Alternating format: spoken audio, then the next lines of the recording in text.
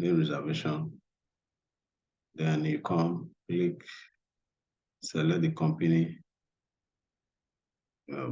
check the select specific types, private company limited by share, private unlimited company, public company limited by shares, public unlimited company, private company limited by guarantee, public company limited by guarantee. So I'll select this. This is my interest. Then you come, you type the options of the company and make sure that the spelling, the way you want it, is correct.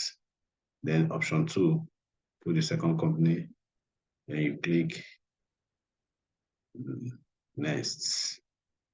Okay, here you select the options, new company registration. That's what I'm doing. Okay. The additional remark, if you have any information you need to put here, you can put it. There you go. Click. So preview. So to preview, check to ensure that all the information you fill, they are correct. Classification, make sure that this company you selected or whatever classification that comes in is appropriately selected. Then ensure that the private company limited by share is what you intend to. So new incorporation registration, and you are good to go. Okay. So we will now pay 500 for reservation of name. Pay 500 for reservation of name. Then you click remitter.